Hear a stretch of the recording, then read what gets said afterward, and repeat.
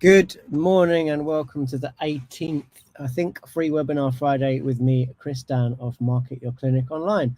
As always, I'm going to talk for 10-15 minutes about digital marketing. And then if you have any questions or anything at all that you want to discuss about marketing your clinic online, doesn't have to be what we're talking about in the webinar today, pop your questions in the comments and we will discuss them at the end in depth. So I made this joke before, but I'm going to make it again. No, I'm not in a padded cell. I'm actually in a call booth in the office. You can see the office is very, very quiet. And if you got my mail out yesterday, you'll know why that is. So the current series of webinars, we're talking about the fundamentals of SEO. And we've looked a little bit about different types of Google search. We've looked at the difference between sort of near me searches and location searches. We've looked at how to monitor your SEO results and what SEO results you should be monitoring and targeting and so on and so forth. So over the next few webinars, we're going to get into actually doing some SEO and understanding how to do what's called on-page SEO. So today's going to be a little bit technical. What we're going to do is look at how a web page is constructed using HTML, and then that means you'll be able to understand in the future what these different things mean. When we talk about an H1 tag or a meta tag or a title tag, you'll be able to look at the source code of your website and actually inspect it to see what your title tag is without being reliant on trusting the website building software to have done it correctly, or on trusting the tool that's looking at your website and telling you whether it's done correctly, because both can be somewhat unreliable. Every now and then you're going to need to troubleshoot something, you're going to need to check something, even just to verify it for your own peace of mind. And if you can do that manually and know for absolute certain that it's been done correctly or that it's not been done correctly, that will save you a lot of time and effort and energy and angst. So without any further ado, let's share my screen here. And what we've got here is basically we're going to do some coding today, but don't worry, this is not, the aim of this isn't to teach you to code. It's just to understand some of these basic things about HTML so that you can apply them when you're doing your SEO. So over here, I've got a code editor. Over here, I've got basically this, which is just nothing at the moment. So the first thing I'm going to do is create an HTML page, which the editor will do for us. Boom, there we go. Now, we don't need to worry too much about any of this information. Safe to say that every HTML document has a head and it has a body. And the things that go in the head, they don't display on the screen. So this is telling us the character set of the language that it's in. This is just an initial scaling thing, which you don't need to worry about this, and the title tag, which we'll come to in a minute. If we have any JavaScripts which need to go in the page, or any CSS styling which needs to go in the page, referencing any external files, we'll do all of that in the head. It's all the stuff that you don't see on the page.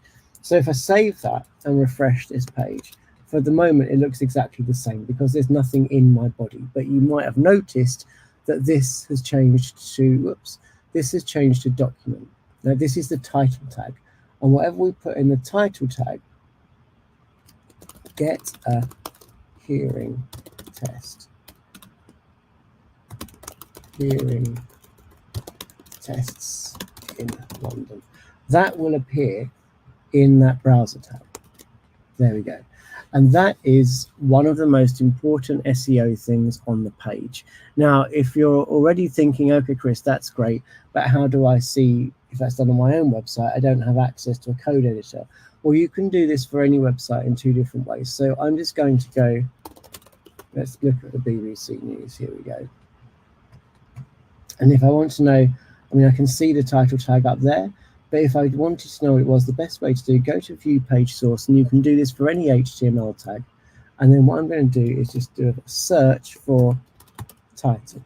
There we go. And I can see here's the title tag of that BBC News page that says home BBC News. Now that's one of the most important optimization places, is the title tag. So that's why I've put my keywords in here. In this example, I'm doing a hearing test page. So hearing tests, London. Assumedly, I'm optimizing for hearing test and London. So there we go. So let's look at actually putting some information on this page. Now, I can just put text in an HTML document. Fresh. There we go, with my get a hearing test. That's perfectly valid, but we don't. We use on-page tags, and there are a few of these that basically we're talking about H tags, P tags. So if I put H1, get a hearing test in London. There we go. Get a hearing test in London. Now we're not styling this. We could do all sorts of things to make this look pretty and lay out the page and so on. That's not really relevant to us if we're doing SEO. When we're designing a website, yes, of course that's relevant, but just for the sake of doing a SEO, that doesn't really matter. So there we go. H1 tag, get a hearing test in London. Now with the title tag, your H1 tag is probably also the most important tag on the page in terms of SEO optimization. So let's have a look, and again, if I want to check that my H1 tag has been done properly, I can just do a search for H1 like this, and here we go. H1, BBC News is the H1 tag, predictably enough. So there we go, BBC News. Oops. It won't seem to let me highlight that, but never mind. And we've got all these other things. Don't worry about IDs, classes, and so on. That doesn't really matter to us. It's not too important.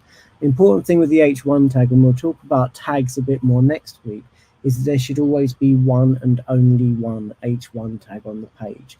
The exception is sometimes you might have, for example, we build websites sometimes where we've got our H1 tag, which might be dentist in Manchester, for example, and then we want it to show like this on desktops, or on mobiles we want to go dentist in line break Manchester. So we have two H1 tags, one which shows on desktops, one which shows on mobiles with the line break, but that's fine, and they're essentially exactly the same. But to all intents and purposes, there should be one and only one H1 tag on the page. So let's say now I want to add some more text. And obviously we're not going to bother writing our own text. We're going to get our little friend ChatGPT to do it for us.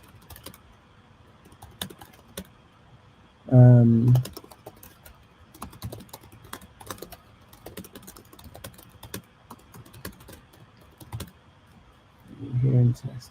And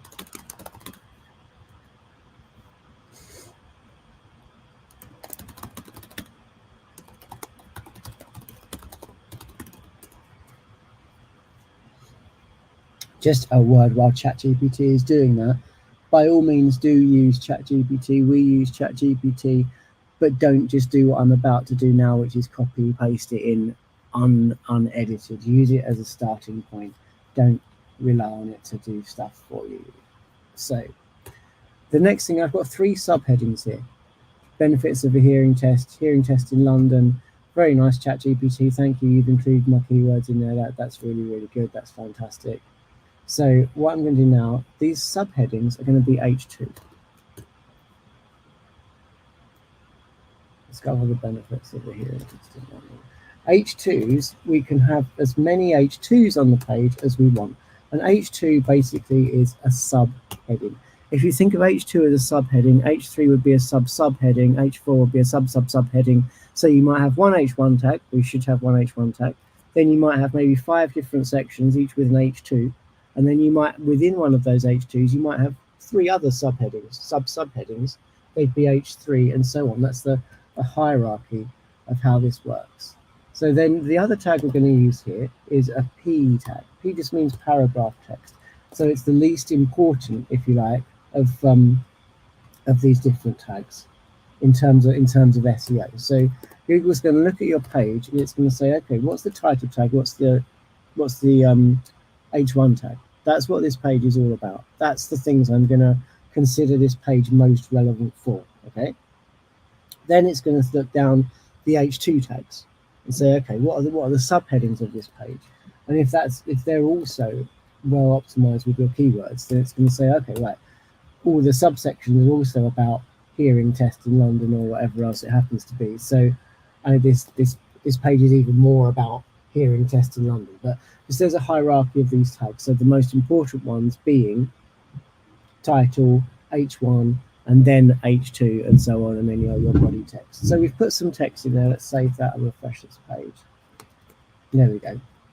Obviously it looks nasty because we've done nothing to style it, but you can see how that works there with the code. And if I go to view the page source, I'll see basically exactly what I've got here. I'll see the source code of the page, just as we did here with a more complex example. So let's just close those now. Now what we're going to do is create a link. So let's say we wanted to do book your hearing test today at our London hearing test centre. Okay, so if we just put that in, there we go, book your hearing test at our London hearing test centre. Now I might want to link this to another page that's about our London hearing test centre. Okay, and the link tag is an A tag, which stands for anchor. A for equals, then the web address would go in here. Let's go make something up. Hearing test London /clinic. Yes, it won't work because it's a fake address, but there we go. And then I've got London Hearing Test Centre, close that A tag like that. And then what will happen is, this is just plain text still. Then when I click on this text within the A tag, it will go to this web address. That's the syntax of an A tag or an anchor tag. Now, let's just go right here. There we go, there we go. We now see that's a link. And if we see at the bottom there, it says Hearing Test London /clinic. I can't say actually because my photo's in the way. But if I were to do that, it would try and go to this page, which obviously doesn't exist. Now, the point I want to make here with the A tags is that this text, which is called the anchor text, which is what you actually click on to go to whatever page, that is crucial for SEO. So let's say I've got this page on get a hearing test in London, okay? And then Google looks at that, it says, okay, great, it's well optimized, plenty of content about Hearing Test London, title tag is Hearing Test London, H1 tag is Hearing Test London, H2 tags are about Hearing Test London.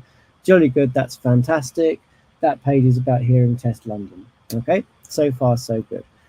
But is it going to return us very high for Hearing Test London? Well, what you can do to boost that is if you've got 30 other pages on your website and they all link back to this site saying, to this page, saying you can get a hearing test in London, and that text, that anchor text, hearing test in London, all links back to that same hearing test in London page, then Google says, not only is this page about hearing test in London, but there are 30 other pages on this website that vouch for that by linking back to it with the anchor text hearing test in London. Okay. Now, so far so good. When you're doing link building is the next thing. So let's say now, as well as those 30 pages on my website linking back to it, there are 100 other pages from around the internet, preferably my local area, that also all link back to your page with the text hearing test in London or something similar. You actually want some diversity in your anchor text, but we're getting into something else there. Now Google's saying, great, this page is optimized for Hearing Test London. All the other pages on the website say this is Hearing Test London, and all these other pages on the internet are all vouching for this page by saying Hearing Test London with links into that page. Wow, that page is really one of the best pages for Hearing Test London. I'm going to rank that first. That's basically how it works, and that's why anchor text is so important. Now, just one little thing about anchor text, you can also set this. Rel equals no follow. And if you're building links, this is your enemy. You don't want people building you no follow links, and you can check them by basically examining the source code of the website. So let's say I've paid someone to build me a link on their website, or I've paid some third-party agency to build me a link into my website, and they say, here you go, this is the page, here's your link. What we'll do is we'll inspect that, and if we see rel no follow, then generally we've got a problem because we've always paid for them not to do that. Same if you have sponsored. If you place an advert on a website, it should say sponsored. You'd rather it didn't. Sponsored, I've put that. Sponsored, like that. And again, if we refresh that, we'll see that. And that's not visible to the page viewer, but it's visible to Google. And the reason this is important is because if I don't put that, if it's just what we call a do follow link that doesn't have that text, then whatever the authority of your website is, let's say Google holds your website in quite high regard, it passes that authority on. So it says, okay, if this is a high authority website and it's referencing this website, then that must also be a reasonably high authority website. Whereas if it says no follow or sponsored, it says, well, that website isn't necessarily high authority. It's just that it's paying this one in order to pass on in order to have a link. So it doesn't give you as much credibility for the link. And we've had this literally just last week. We built a link for a client, and it was a high authority website, and it was guaranteed to do follow links. When we actually got the link to it, we looked at the page, we looked at the source code, and they were no follow links, not the do follow links that we were promised. So we had to go back to them and say, look, sorry, you promised us do follow links, and we've got no follow links. Can you please fix this? And so on and so forth. So we're running out of time, but there's just a couple of things I want to cover now quickly. So let's say I want to put, let's talk about the most important thing is next is the meta description, which is meta, is it type equals description? Meta description. In fact, let's do a different way. Let's go back to the BBC again. Let's find their meta description. And there's the same way you can do this. Here we go. In your page, meta name is not type, it's meta name. Meta name equals description. Thank you, VSC.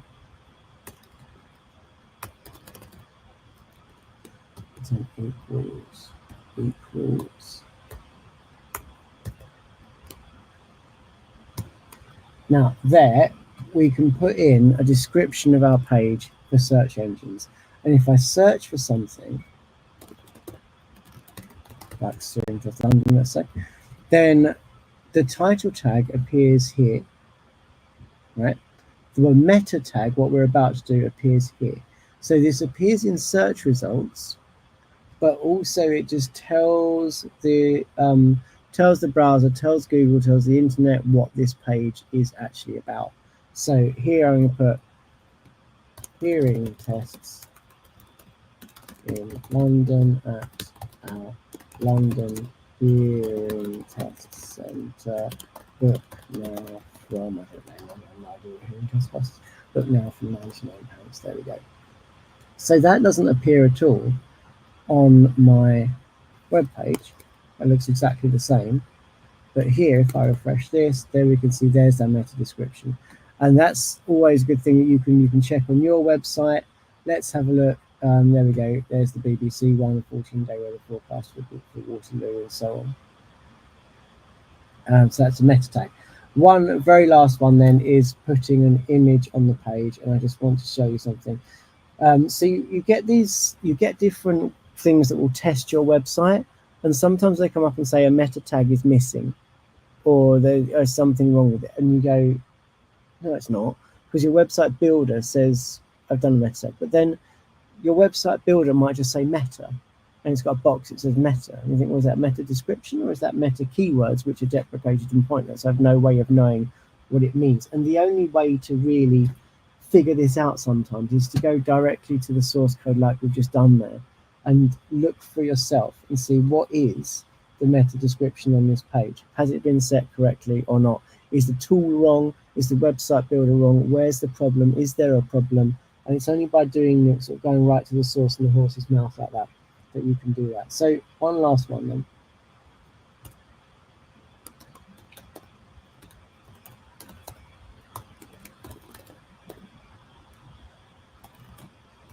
You didn't do that, that's really annoying.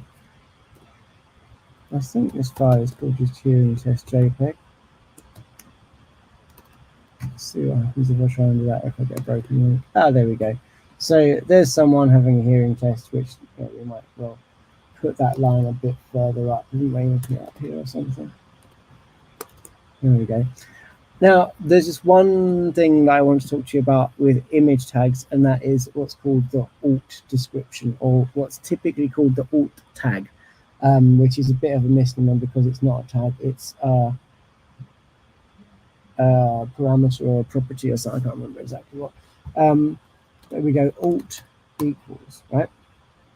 Now, whatever I put in here, again, is not going to display on the page, but it is going to be visible to the internet, and it's going to be visible to people who are using screen readers who have visual impairments who can't actually see that picture. So then we put in here something like image of a man having a hearing test in a hearing clinic. Something like that. Okay. So then again, that doesn't change that, but when I look here, it does. There's image of a man having a hearing test in a hearing clinic. Now, the jury's out on this a little bit.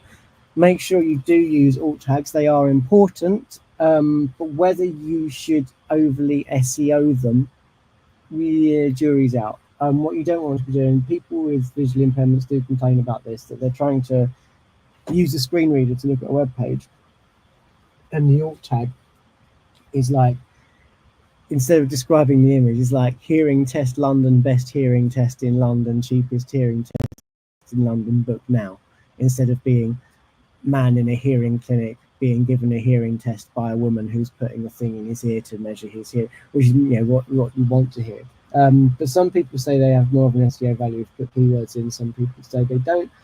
My personal feeling is that they should be naturally optimized because the images should be describing what's going on the page. If the page is about hearing tests and there's a person having a hearing test on the page, the alt tag will naturally be containing the words hearing test. And there we go. So let's draw it for a close there for today. The takeaway of all of this is that you can see how web pages are made up, and no matter what the web page it is, let's have a look at one of these. Let's have a look at Boots hearing test. You can look at the source code of the website, press Control F, and look for these things. So where's our title tag? There we go. Yeah, title, opening tab, closing tag, book a free hearing test, Boots hearing tag. Great. Okay, what's our H1 tag? Book a free hearing test. And then what about our meta description? Hearing loss or problems, find your nearest store and book a free no obligation. Haven't actually included hearing tests in there, but they've optimized that for conversion more than anything else. And then say I want to have a quick look. We've got the H2s here. Bring along a friendly face. We take care of your health seriously. Try online hearing test. Second to none. Everything you need to know about hearing tests. Should I have a hearing test? What happens during here? This is SEO gold. All these questions about hearing tests, and they're all H2s. So that's a really well optimized page. That's fantastic. Cool. There we go. And if we can find any, if we find images, in fact, let's do it a different way. If I look on here, is there an image here? Here we go. Let's see if there's an alt tag for this image. No. Bad Boots, bad. See, they've left the alt tag blank. Tut. They should have gone to Market Your Clinic Online. Anyway, that's all for today.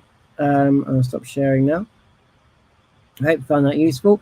We've got 2 more webinars on SEO fundamentals. We're going to look a bit more at these tags next week, and then the following week we're going to talk about what's important in local SEO, what the ranking factors are. Then there's going to be a break from Free Webinar Friday until November, because in October I'm going to India, so I won't be here to do the webinars, and we'll pick up again in November. Thank you for watching if you're watching live. Thank you for watching if you've watched the replay. I hope you found that useful. Any questions at all, please just do reach out to me at Market Clinic Online. Also, if you look on our knowledge base on the website, you'll also find an article that contains pretty much everything I've been through today.